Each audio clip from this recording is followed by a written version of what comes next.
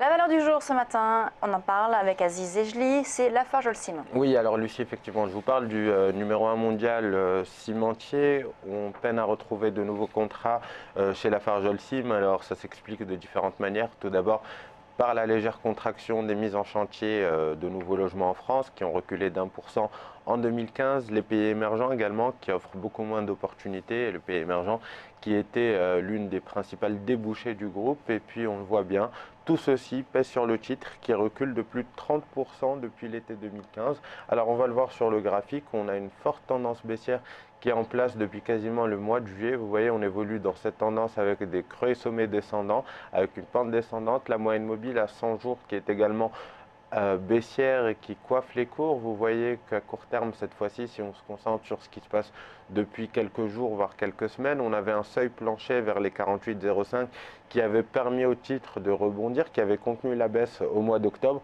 On avait repris une vingtaine de pourcents depuis ces plus bas là, et puis vous voyez qu'on était revenu donc retitiller ces niveaux vers les 48,05 en fin d'année dernière et puis en début d'année 2016. Alors depuis on a eu un signal baissier hier, un signal intéressant puisqu'on a réussi à passer sous ces plus bas de 2015.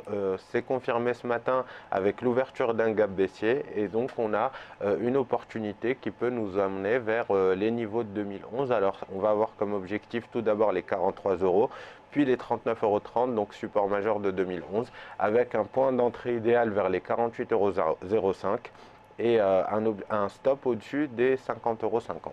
Merci Aziz, on marque une très courte pause et on retrouve tout de suite Fabrice Coustet pour l'édito.